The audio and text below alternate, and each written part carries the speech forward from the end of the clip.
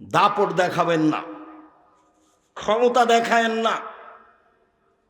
দাপট দেখিয়ে, ক্ষমতা দেখিয়ে, মানুষকে জেল হাজতে দিয়ে অপমান করে খাটো করে বেঁচে থেকে লাভ নেই।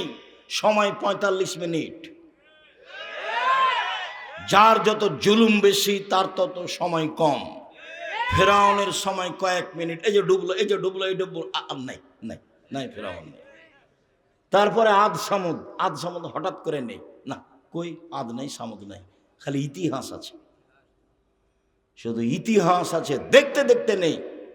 আদ সামুদ সবচেয়ে বড় জালেম, বিশাল ক্ষমতার অধিকারী। ফেরাউন বড় জালেম। অল্প সময়, আপনাদের নেত্রীর ৪৫ মিনিট সময় দেখে হুঁশ করা দরকার। ক্ষমতা দেখাবেন না কাউকে। দলীয় দাপট দেখিয়ে মানুষকে অপমান করে খাটো করে বেঁচে থাকার চেষ্টা করিয়েন না। আপনি মাটির মানুষ, আবার আপনাকে তৈরি করা হয়েছে শুক্র কীট দিয়ে, দুর্গন্ধময় একটা পদার্থ দিয়ে। আপনার কোনো ক্ষমতাই নেই, আপনার কোনো মান নেই, আপনার কোনো মর্যাদা নেই। আপনি মাটির মানুষ, আপনি দাপট দেখান কেন? মানুষকে অপমান করেন কেন? মানুষের জমিজাল করেন কেন? কেন এভাবে চাঁদা আদায় করেন? চাঁদা আদায় করবেন কেন? মানুষ বাড়ি ঘর করে, চাঁদা আদায় করতে যান কেন? এই ছেলে, ভিক্ষা করে খাওয়া বেটা, বাপ বেটা ভিক্ষা করে খাও, চাঁদা তোলো কেন? মানুষের উপরে রাহাজানি করো কেন? জুলুম করো কেন? ব্যবসায়ীর কাছে টাকা নিতে যাও কেন? ব্যবসা করে তোমার বাপকে, তোমার মতো শয়তান বাজে ছেলেকে টাকা দেওয়ার জন্য? তুমি তো একটা চোর, তুমি জাতির জন্য ভারী, তুমি পশু, তুমি প্রাণী, তুমি কুকুর সিরিয়ালের মতো। একজন ব্যবসায়ীর দোকানে যে ক্ষমতা দেখাও কেন? কে তোমাকে দল করতে বলেছে? কে তোমাকে এগুলো করতে বলেছে? কখনো নয়। ৯০ সাল থেকে বলে আসছি, উপার্জনের পথ চারটে। এক, দিন মজুরি, সন্ধ্যায় টাকা শেষ। ২, জমি চাকরি, ২৫ দিনে বেতন শেষ। ৩, জমি চাষ, সমান সময় আর না হয় লস, সমান সমান আর না হয় লস। ৪, ব্যবসা। তখন আল্লাহ রসুল বললেন, পৃথিবীর মানুষ শুনে রেখো, সত্যবাদী বিশ্বস্ত ব্যবসায়ীরা জান্নাতের নবীদের সাথে থাকবেন।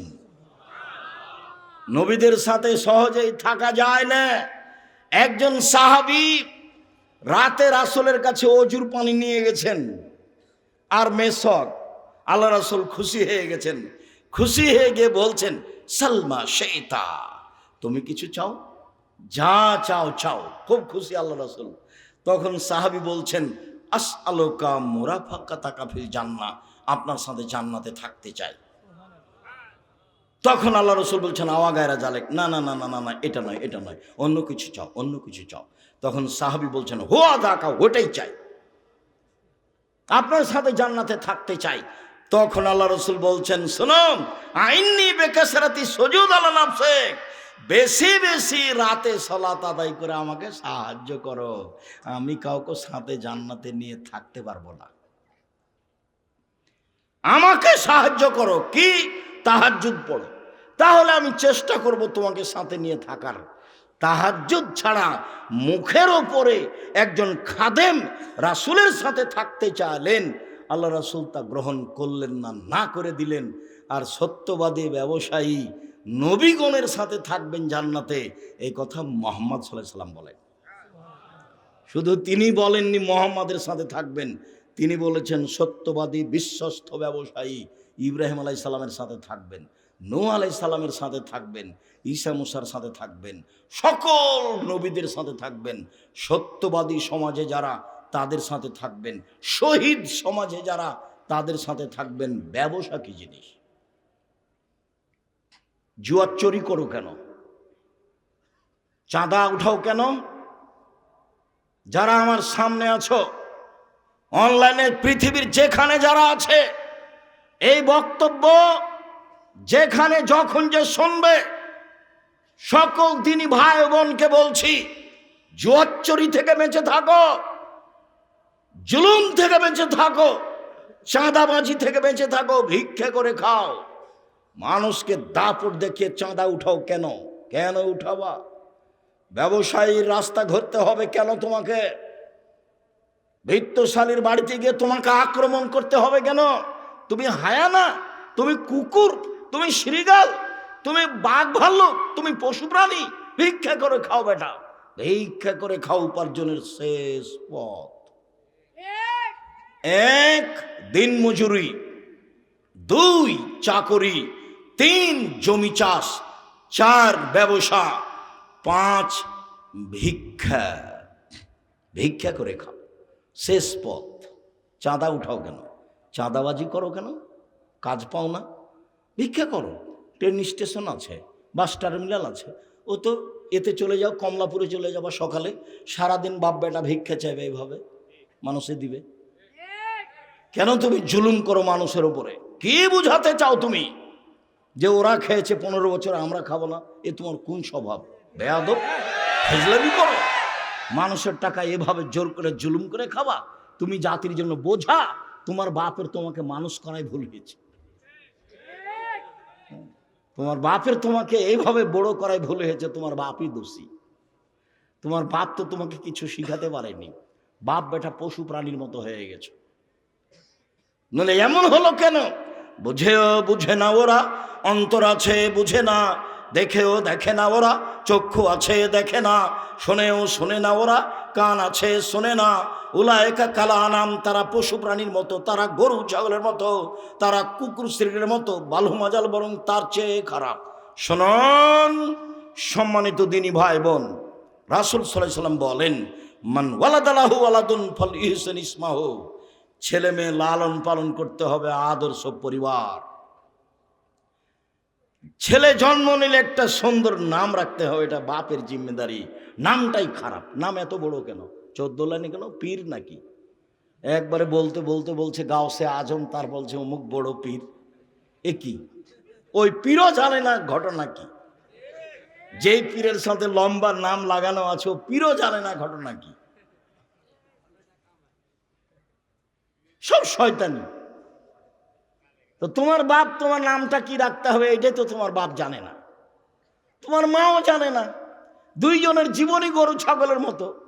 তুমি কষ্ট নিও না। তোমার মা কোনো কাজ জানে এটা আমার বিশ্বাস হয় না। দরজাটা বন্ধ করতে জানে না তোমার মা, জ্বালানিটা বন্ধ করতে জানে না তোমার মা। তোমার মা তোমার ছোট ভাইকে দুধ খাওয়াতে জানে না। কোনো একটা কাজ তোমার মা পারে এটা আমার বিশ্বাস আসে না। দেখো না তুমি, রাসূল সাল্লাল্লাহু আলাইহি সাল্লাম বলছেন, পৃথিবীর মানুষ শোনো, ছেলে মেয়ে জন্ম নিলে তাকে তার একটা সুন্দর নাম রাখতে হবে। 7 দিনের দিন নাম রাখতে হবে, মাথা নেড়ে করতে হবে, ছাগল জবে করতে হবে, যার নাম আকিকা।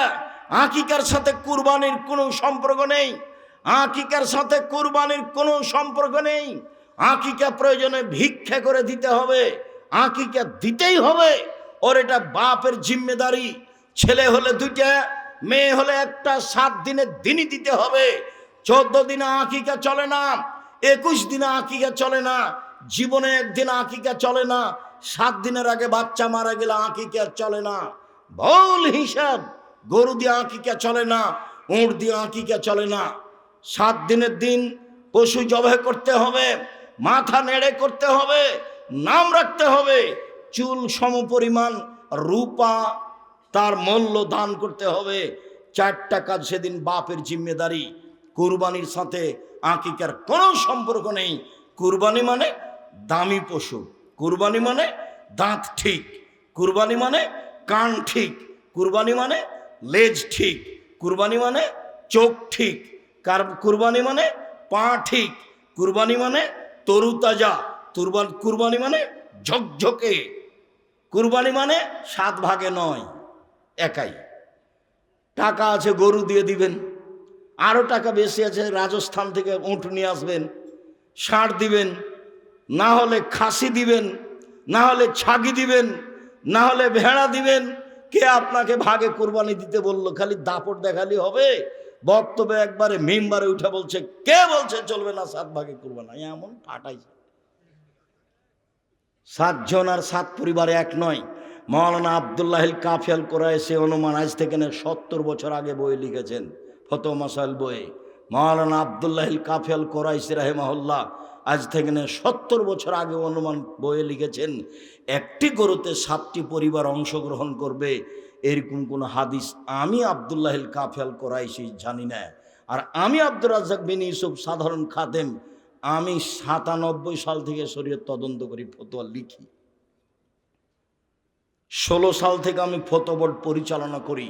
এই লম্বা সময় আমার তদন্তে একটা গরুতে 7টা পরিবার অংশগ্রহণ করবে এরকম কোনো হাদিস আমি অবগত হতে পারিনি। 7 ভাগ আর 7 পরিবারে এক নয়, 7 জন আর 7 পরিবার এক নয়, 7 জন আর 7 পরিবার এক নয়। কুরবানি দেন নেকির জন্য, ভাগে কেন দিলেন? বলছে যে আমার ভাগে কলিজা আসেনি। ও বলছে শুধু হাড়হাড্ডি এসেছে। বলছে ওর টাকা হারাম, এর টাকা হালাল। এটা কে আপনাকে করতে বললো এগুলো? এই বিপদ আপনি পড়লেন কেন?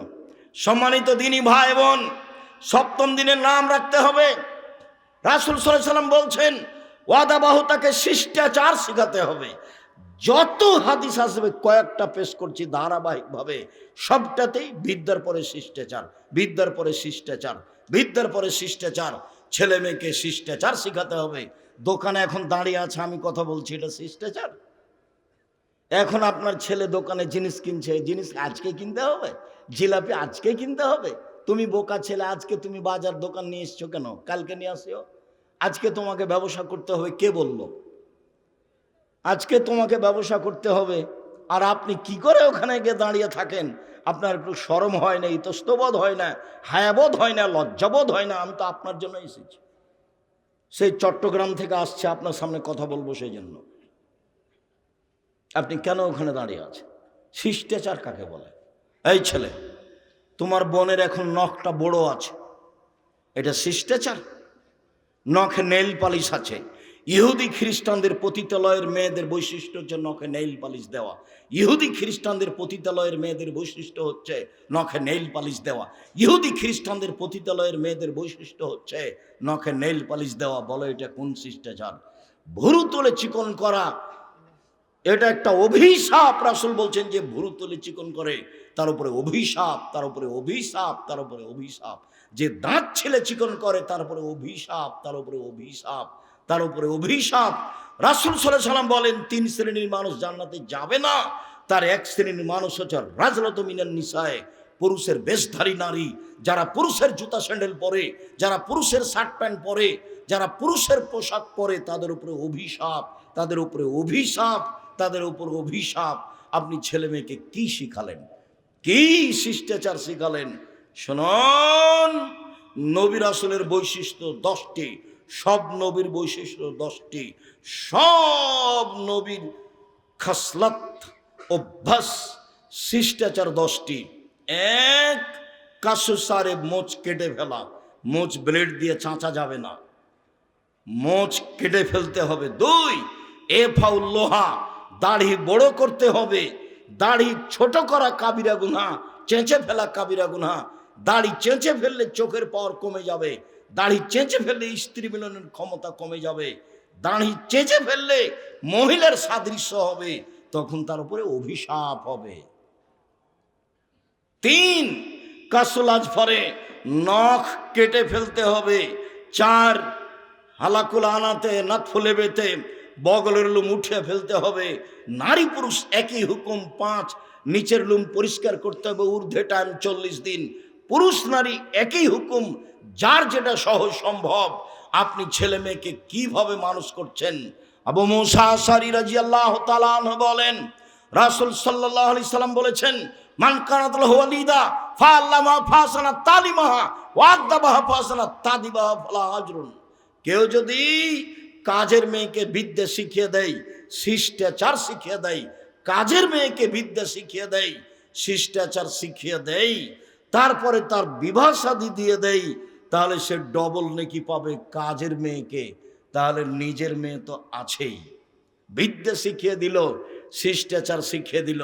তিনি বলেন, পৃথিবীর মানুষ শুনে রেখো, ওই পিতা আমার সাথে জান্নাতে এইভাবে থাকবে।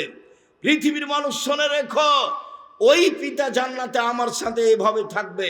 তর্জনীর মধ্যমা যেভাবে জমা হয়ে আছে সেইভাবে থাকবে ওই পিতার আমি জান্নাতে। কোন পিতা? যেই পিতা এক, আল্লামাহা, মেয়েকে বিদ্যা শিখিয়ে দিল। 2 ওয়াদ্দাবাহা শিষ্টাচার শিখিয়ে দিল।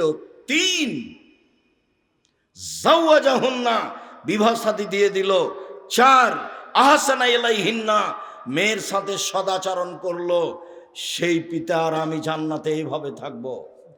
একজন সাহাবী বললেন যে আল্লাহ রাসূল, আমি কি চাইবো, আপনার সাথে জান্নাতে থাকতে চাই। তখন আল্লাহ রাসূল বলছেন, না না না না না না না, এটাই, অন্য কিছু চাও, অন্য কিছু চাও। আর এখন বলছেন যে পিতা, ওই পিতা আর আমি জান্নাতে একসাথে থাকবো, যেই পিতা মেয়েদেরকে 4টা জিনিস শিখায়। 1 বিদ্যা, 2 শিষ্টাচার, 3 বিবাহ শাদী, 4 ভালো চাল চলন। 2টা মেয়ের যদি এইভাবে কেউ লালন পালন করে, আমি মুহাম্মদ সাল্লাল্লাহু আলাইহি সাল্লাম আসে একসাথে জান্নাতে এভাবে থাকবো। এ তো কঠিন কথা। আর যখন বললেন কে যদি এতিমের লালন পালন করে, সেই ব্যক্তি আর আমি জান্নাতে এভাবে থাকবো, তো আঙ্গুলে এভাবে ফাঁকা করলেন। দেখো, এতিমের লালন পালনকারীও জান্নাতে আমার সাথে থাকবে, তবে এভাবে। আর 2 মেয়ের লালন পালনকারী আর আমি জান্নাতে থাকবো, তখন এভাবে। তা আপনি কি লালন পালন করলেন মেয়ের, সেটা তো আমরা বুঝলাম। মনে হয় যে রাস্তায় কথা গল্প করছে দোকানের সামনে। আপনি জবাব দেন। ফ্যাশন বোরকা পরে এসেছে, ফ্যাশন বোরকা পরে এসেছে, দেবরের সাথে এসেছে, দেবরের মোটর সাইকেলে এসেছে, বন্ধুর মোটর সাইকেলে এসেছে। ভূমিকম্প তো হবেই, ভূমিকম্প তো স্বাভাবিক। 3টি কারণে ভূমিকম্প হয়, 3টি পাপের কারণে 3টি বিপদ হয়, 3টি পাপের কারণে 3টি বিপদ হয়। 1 ভূমিকম্প হবে, 2 সন্ধ্যায় ছিল মানুষ, সকালে হবে শোর বানর। 2 সন্ধ্যায় ছিল মানুষ, সকালে হবে শোর বানর। 3 সমস্যা নেমে আসবে, মসজিদে মারামারি, মাদ্রাসায় মারামারি, জমি জায়গায় সমস্যা, সর্ব জায়গায় সমস্যা, দলীয় দাপট, মারামারি, হইচই, জেল হাজত, কেউ কাউকে মানে না। সমস্যা নেমে আসবে, এই 3টে জিনিস নেমে আসবে 3টা পাপের কারণে। 1 এই যে শারিবুল খুমরা, যখন মানুষ নেশাদার দ্রব্য পান করবে, তখন এই 3টা বিপদ নেমে আসবে। 2 জাহারাতিল কায়নাত, মেয়েরা যখন নাচবে। স্কুল চলে না মেয়ে নাচানো ছাড়া, 16 ডিসেম্বর চলে না মেয়ে নাচানো ছাড়া, 26 মার্চ চলে না মেয়ে নাচানো ছাড়া, 21শে ফেব্রুয়ারি চলে না মেয়ে নাচানো ছাড়া। দিবসই হারাম, দিবস শিরক। 16 ডিসেম্বর শিরক, 26শে মার্চ শিরক, 21শে ফেব্রুয়ারি শিরক, জন্মদিবস শিরক, মৃত দিবস শিরক। কোনো দিবসই নাই দুনিয়াতে, মাত্র 2 দিন, ঈদুল আজহা, ঈদুল ফিতর। শুনুন সম্মানিত দিনী ভাই বোন, বলছিলাম জাবির রাদিয়াল্লাহু তাআলা আনহু বলেন, সফর থেকে আসছিলাম, আল্লাহর নবী বললেন থামো, মদিনায় সকালে প্রবেশ করব, এখন নয়।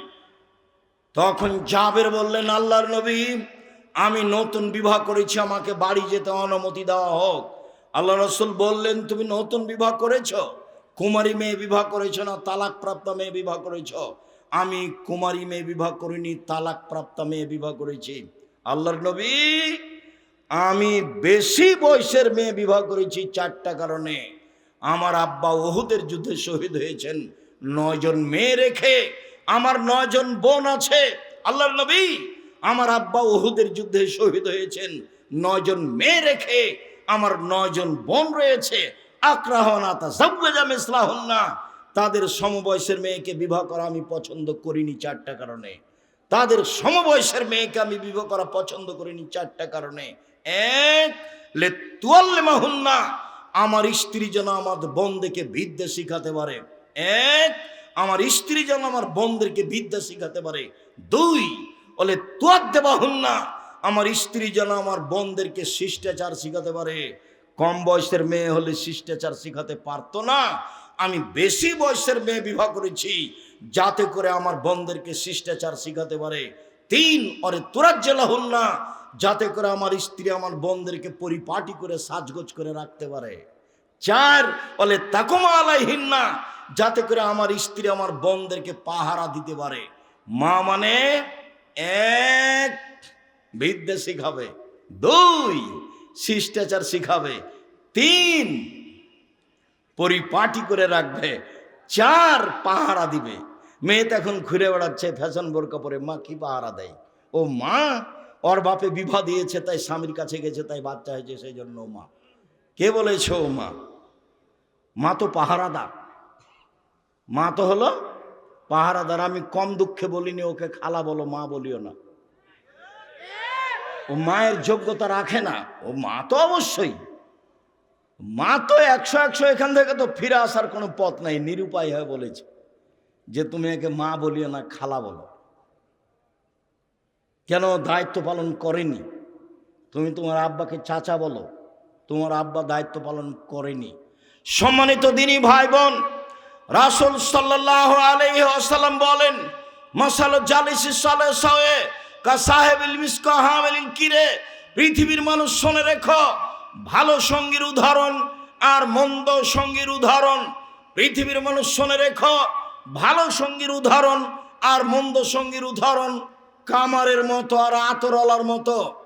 আপনার ছেলের বন্ধু যদি আতরওয়ালা হয়, তাহলে আতরওয়ালা আপনার ছেলেকে আতর এমনিতেই দিবে, নইলে আপনার ছেলে কিনে নিবে, নইলে তার পাশে থাকলে সুগন্ধি পাবে।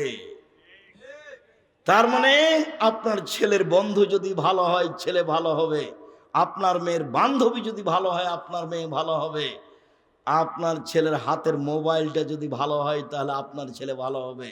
আপনার ছেলের সবচেয়ে কাছের বন্ধু হলো মোবাইল, আপনার মেয়ের সবচেয়ে কাছের বান্ধবী হলো মোবাইল। এ মানুষকে ধ্বংস করেছে, জাতিকে ধ্বংস করেছে। রাসূল সাল্লাল্লাহু আলাইহি ওয়াসাল্লাম বলছেন, পৃথিবীর মানুষ শুনে রেখো, আমি আশঙ্কা করে যাচ্ছি আমার উম্মত গোপন পাপে লিপ্ত হবে, এটা আমার ভয়। আমি জাতির সামনে আশঙ্কা করে যাচ্ছি আমার উম্মত গোপন পাপে লিপ্ত হবে, এটা আমার ভয়।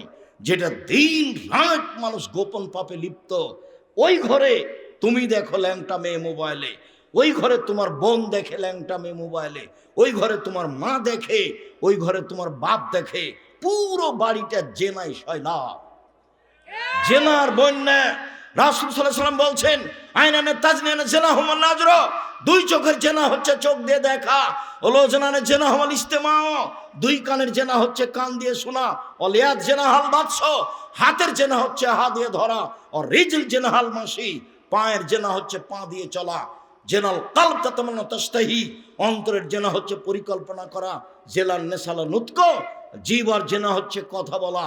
এগুলো সব মাধ্যম জেনার। বড় মোবাইলের অবস্থা তুমি জানো, তোমার মা ওখানে, তোমার বাপ এখানে, তোমার বোন ওখানে, তুমি এখানে। বলো তো জাতি আর কি করে টিকতে পারে? ভূমিকম্প তো হবেই। 3টা কারণে ভূমিকম্প হবে। 1, মানুষ যেদিন নেশাদার দ্রব্য পান করবে। 2, মেয়েরা যখন নাচবে, সব মোবাইলে মেয়ে নাচে, সব দোকানে মেয়ে নাচে, সব বাড়িতে মেয়ে নাচে, প্রায় সব মোবাইলে মেয়ে নাচে, প্রায় সব দোকানে মেয়ে নাচে, প্রায় সব বাড়িতে মেয়ে নাচে। অতএব ভূমিকম্প স্বাভাবিক। 3, ওরা যারা বিল মাজিব, বাদ্যযন্ত্র যেদিন প্রকাশ পাবে, বাদ্যযন্ত্র সব দোকানেই চলে, সব মোবাইলেই চলে, সব জায়গাতে চলে। বাদ্যযন্ত্র চিরদিনের জন্য হারাম। আপনার বন্ধু, ছেলের বন্ধু যদি কামার হয়, কর্মকার, পাশে বসে থাকে, আগুন ছিটে আসলে কাপড় জ্বলে যাবে। যদি আগুন ছিটে না আসে তো ধোঁয়া আসবে নাকে মুখে। কামারের পাশে বসে থাকলে নাকে মুখে ধোঁয়া আসবে না, এই কথা যেমন মিথ্যে, আপনার ছেলের বন্ধু খারাপ, আপনার ছেলে খারাপ হবে না, এই কথা তেমনি মিথ্যা। কামারের পাশে বসে থেকে নাকে মুখে ধোঁয়া আসবে না, এই কথা যেমন মিথ্যে। আপনার মেয়ের বান্ধবী খারাপ, আপনার মেয়ে খারাপ হবে না, এই কথা তেমনি মিথ্যা।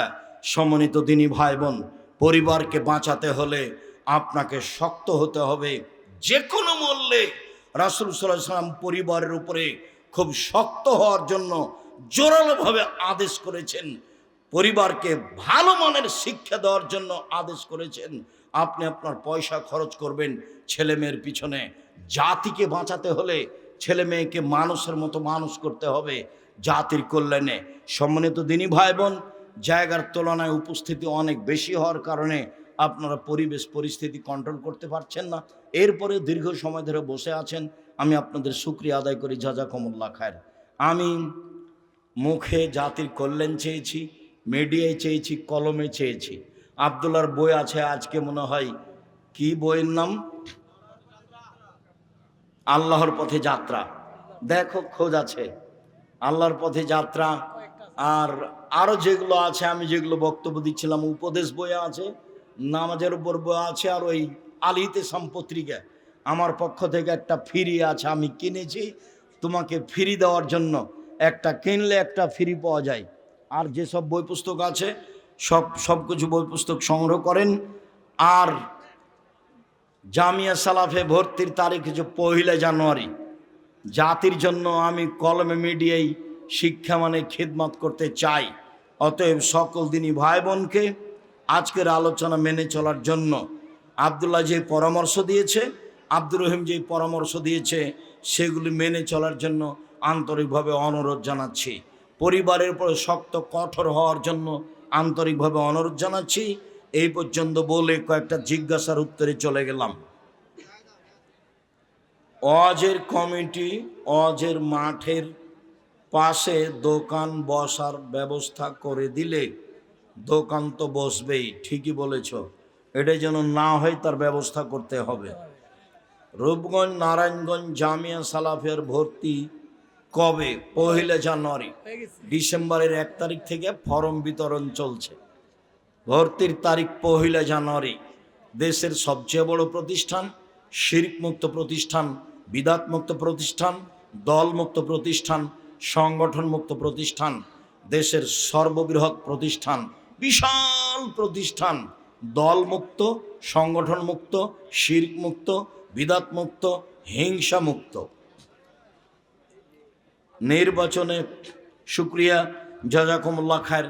আমি আপনাদের আন্তরিকভাবে কল্যাণ কামনা করি। আল্লাহ, আমার দিনী ভাই বোনেরা এসেছে তোমাকে সন্তুষ্ট করার জন্য।